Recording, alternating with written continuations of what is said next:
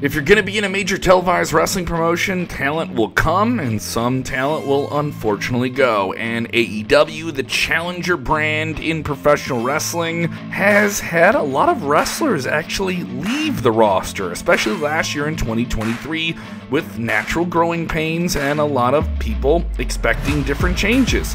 Some managed to find a place in WWE, rekindling old rivalries or carving out new paths, while others ventured into the independent wrestling scene seeking creative freedom and exploring new opportunities. Each departure marked the end of one chapter and the beginning of another in the constantly evolving world of televised wrestling talent in our modern times. So let's get into it. This is Sportskeeda Wrestling. I'm Kevin Callum. Let us know who you love that maybe isn't getting that spotlight in All Elite Wrestling or even WWE. Get in those comments below. Let's start with the biggest name on the list, CM Punk. We all know what happened with CM Punk and AEW. He was involved in a backstage brawl with the Elite following his infamous media scrum at the All Out pay-per-view event in 2022 in Chicago, which led to a suspension and him losing the title and him being injured, and then some people saying he's not suspended, and a weird legal situation, and the Young Bucks, who were executives, and Kenny Omega also being suspended, and Ace Steel, who was a producer for the company, being fired. It was a pretty messy situation. He returned to All Elite Wrestling in June of 2023 with a new weekly TV show where he would be featured prominently, Collision. However, things didn't go as planned.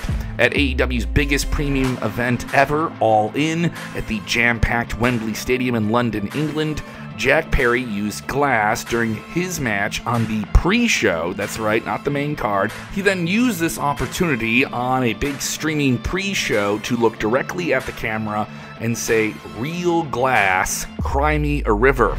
This reportedly infuriated Punk, who was backstage getting ready to open the main pay-per-view card.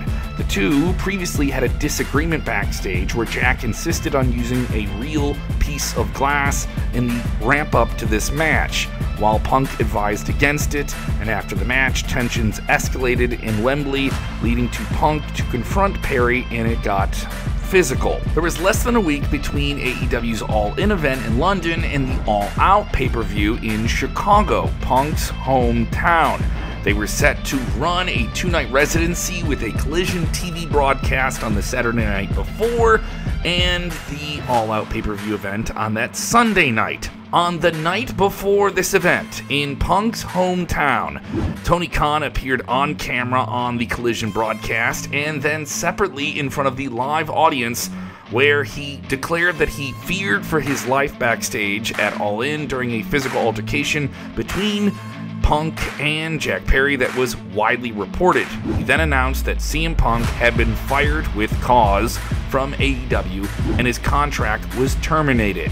It was another scene, another big pay-per-view, where AEW wasn't putting maybe headlines on what was happening in the ring, but unfortunately things that were happening backstage that had really nothing to do with pro wrestling. It was widely seen as a divisive call to make, with many within the industry and fans watching taking different sides on whether or not it was right to release such a high-profile star in CM Punk, who had brought so much attention to the brand in his short time there. But that's maybe another video you can watch. This was the beginning of September, and just a few months later, in the same city that has become a destination for so many wrestling fans to see major matches and moments, the Second City Saint was bound to make yet another major comeback, one that many were still shocked but saw coming.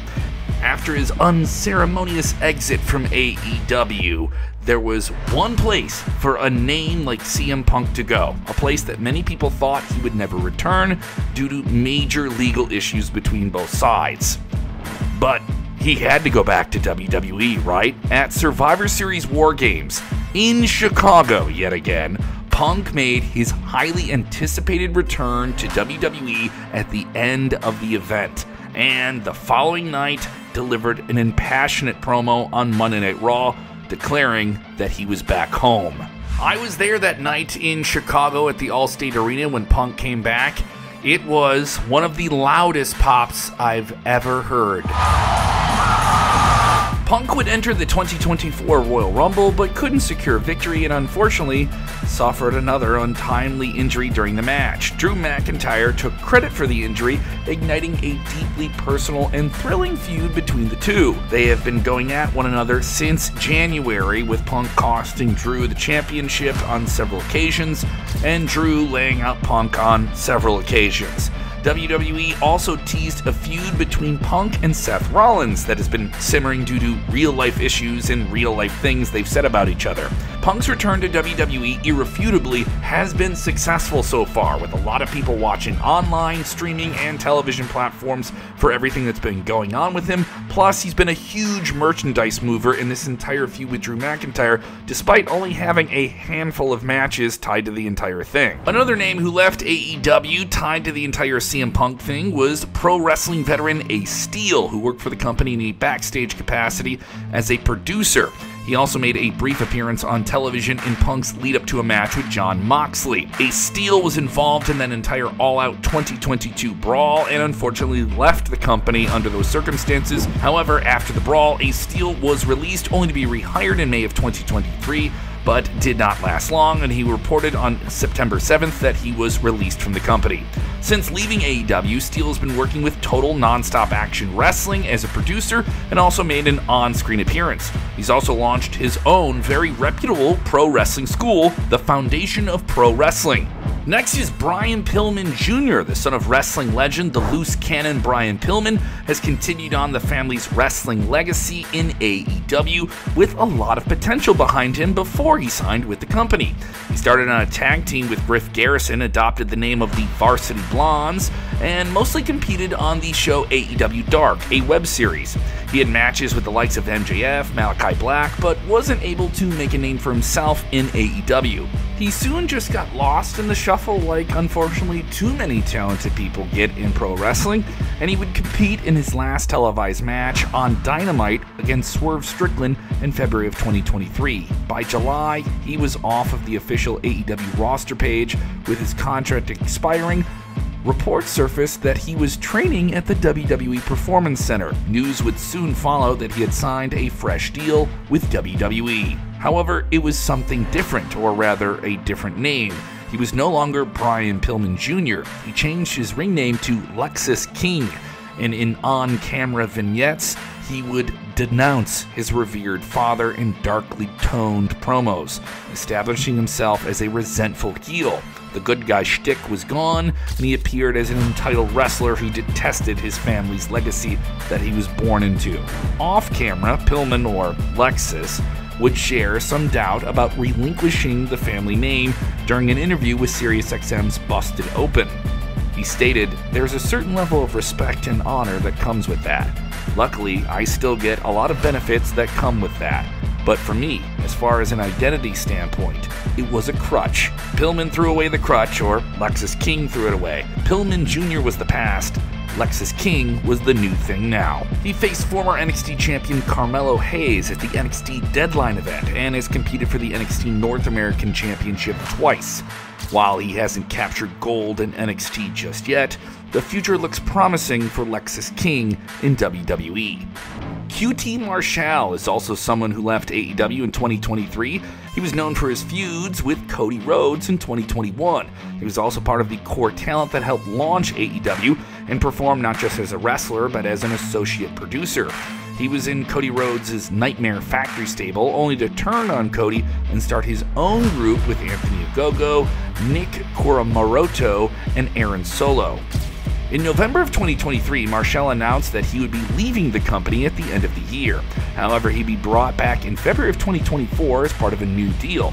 Marshal would not be an on-screen performer for AEW, but continues to remain active on the independent circuit and internationally. Up next is Sonny Kiss. Sonny Kiss was one of the first wrestlers signed to AEW in 2019. Over the years, Kiss has faced a mixture of victories and setbacks, including forming a successful tag team with Joey Janela, the Bad Boy, competing against notable opponents like Cody Rhodes for the AEW Championship. Kiss would feud with the former tag team partner Janela, and they would have a really great hardcore match on AEW Dark, but unfortunately not enough fans got to see it because It was on a web series and not the big weekly TV show everyone makes an appointment with. Following this, Kiss would align herself with the Trustbusters, making her first heel turn in AEW. That didn't do much, and in September of 2023, Kiss's profile was removed from AEW's official website, with Tony Khan confirming that Kiss was no longer with the company. Following this, Kiss debuted with Impact Wrestling at their Bound for Glory event in the participating role of the 20-person intergender Call Your Shot gauntlet match, and nearly stole the whole thing in a moment with Bully Ray. They made quite the mark there. The Luchador Fuego del Sol is another wrestler who left AEW in 2023. Brought into the company as really an enhancement talent, Del Sol was involved in some memorable segments with Rampage and Dynamite. He challenged Miro for the TNT Championship in 2021 and got destroyed. Despite this, he was offered an official AEW contract. He was also involved in Hook's debut match where he made the cold-hearted handsome devil look quite good. He made his final AEW appearance in February of 2023, AEW Dark, the web series where he lost to Juice Robinson, and on the June 22nd, 2023 date, he sadly announced that he had left the company. Since then, he has been working the independent circuit actively. Brock Anderson, the son of the legendary wrestler Arn Anderson, also left AEW. He made his professional wrestling debut in June of 2021. Teaming up with Cody Rhodes, yes, a close friend to the Andersons, to defeat QT Marshal and Aaron Solo in a match on Dynamite. He also performed in matches on Dark and AEW Dark Elevation. In July 2022, he teamed with Brian Pillman Jr. to challenge the Rock and Roll Express as part of Ric Flair's last match event. What a great way to connect generations there, and went on to win the match. However, he couldn't do much in the company, and in October of 2023, he left AEW.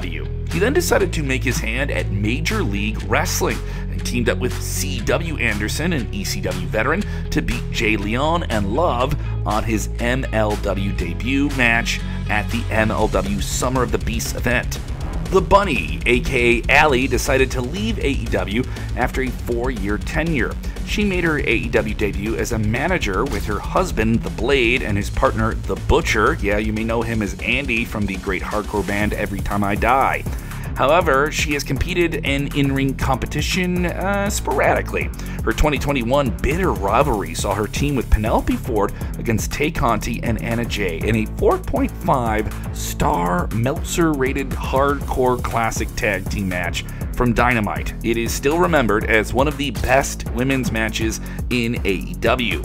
Allie took her part in the AEW TBS Championship Tournament and unfortunately lost. She didn't do much after this and left the company in 2023 after both parties mutually agreed to part ways. She has revealed right now that she's focusing on her figure skating and her new horror-related side projects, giving her body a much-needed break after being in the bumping business of pro wrestling for nearly 20 years. Plus, she had many great years with Impact Wrestling prior to AEW.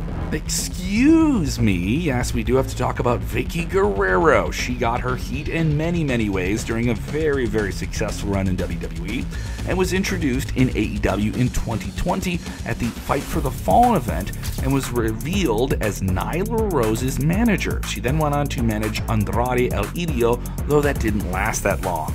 She continued appearing on AEW Dark and Dark Elevation web series alongside Nyla Rose and Marina Shafir until her contract was not renewed after it expired. She departed from All Elite Wrestling in July of 2023 and has since stepped away from the pro wrestling scene altogether. Andrade, yes, El Idolo, had his last match in AEW at the World's End pay-per-view event against Miro in a losing effort, and it was widely expected that he would exit the company, and some people thought Miro would leave with him, though reportedly he's still under contract with All Elite Wrestling. He made quite the name for himself in AEW since he joined the company in 2021. He competed in many high-profile matches against the likes of Cody Rhodes and others. He was seen as a legitimate wrestling talent with a lot of potential for the company to help them break into Latin America, and he wasn't able to win any real championships in AEW. His time in the company came to an end, and during the Continental Classic tournament, though, he finished with 9 points, so they didn't send him out in a bad way. He got to end his run there on pay-per-view. He started a feud with Miro following this and had his last match against him at World's End. His contract with AEW expired at the end of 2023. Andrade is a man raised in the pro wrestling business and one of the biggest luchadors in the world, but that doesn't mean he was bound to head back to the world of lucha. No, he was bound to make a return to WWE, and just a few short weeks after leaving AEW, he made his return at the Royal Rumble, lasting 23 minutes. Right now he's involved in a very competitive issue with Carmelo Hayes and has appeared regularly on SmackDown. Sha Spears is another name who left WWE seeking what many fans felt he deserved. A lot more than just being the guy who did the perfect 10 chance. He wanted to gain some real attention. He would debut in AEW on their first pay-per-view, the Double or Nothing event, and was brought more legitimacy to the promotion than some people were expecting. He was a true utility player. He was more serious, he was meaner, he was more callous, and he proved he could be really gnarly and violent when he crushed a steel chair over the head of Cody Rhodes, with whom he got to face at the All Out pay-per-view event. Spears would then be featured in the Pinnacle faction, which was basically a glorified goon squad built around MJF, and they were given the warring opposition against Chris Jericho's Inner Circle group. The faction warfare saw Spears play a role in several major matches, including Blood and Guts, and big-time angles on Dynamite and numerous pay-per-view events. Spears may have never been the guy in All Elite, but his reliable veteran skills proved himself to be a sound performer and could nail the parts when they were given to him. Spears would make a surprise return to WWE NXT, yes, the show where he first had major televised success, attacking Ridge Holland after weeks of vignettes leading up to a mysterious figure making an appearance. And that steel chair once again came in handy. Spears continues to be the chairman, so take a seat and let's see what he does next. It was widely reported and it was seen as another big loss for All Elite Wrestling when Jade Cargill had her departure and leave over to another company. The storm was coming and apparently leaving as well. Jade Cargill's departure from All Elite Wrestling was a huge blow to the company in 2023. Upon arriving there in 2020, AEW presented Cargill as a breakout star, almost like a female Goldberg that not many fans were familiar with, but excited to see. She was instantly undeniable. She was one of the most successful wrestlers, seen as a homegrown property, though she did have a tryout with WWE before joining All Elite. They would stack up her win-loss record, and despite having little experience in professional wrestling, Cargill felt like a natural. She quickly adapted to the situation and became the first ever TBS champion in 2022. She defended her title against multiple challengers, building up an impressive undefeated streak, all the way up to her end with the company. After holding the title for more than 500 days, she eventually lost it to Chris Statlander, who also ended her unbeaten streak. But that wasn't a momentum killer, no. She was going somewhere else. Right after this, rumors began circulating that Cargill was on the verge of leaving AEW and joining WWE, and that's exactly what happened. After her departure from AEW in September of 2023, she reported to the WWE Performance Center in a big social media rollout that WWE was very much behind. She reportedly signed a multi-year contract with the company. WWE has also made a talent acquisition like this very public.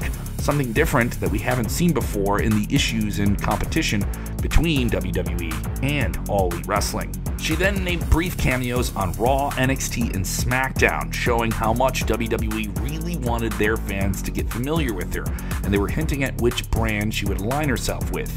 In January of 2024, Cargill made her in-ring debut in the biggest way possible at the Royal Rumble, entering at number 28. She eliminated the formidable former champion Nia Jax, Becky Lynch, and Naomi before being eliminated by Liv Morgan herself. Clearly, one of the biggest debuts by any woman in the history of WWE. At WrestleMania 40, she teamed with Bianca Belair and Naomi to defeat Damage Control, and later captured the Women's Tag Team Championships alongside the EST Belair. Cargill is undoubtedly a rising star to keep an eye on, and many people expect a huge WrestleMania match and moment for her in the future. Oh wow, look at that. You watched the whole thing. Thank you so much. Let us know what you think in the comments below, and let us know what other wrestling talents you think are in a major televised wrestling promotion like a WWE, an AEW, a TNA, who simply isn't getting the spotlight they deserve. Yeah, we'd love to hear from you. Get in the comments below. Also, hit that like button, turn your notifications on so you know when you get new videos like this from Sportskeeda Wrestling.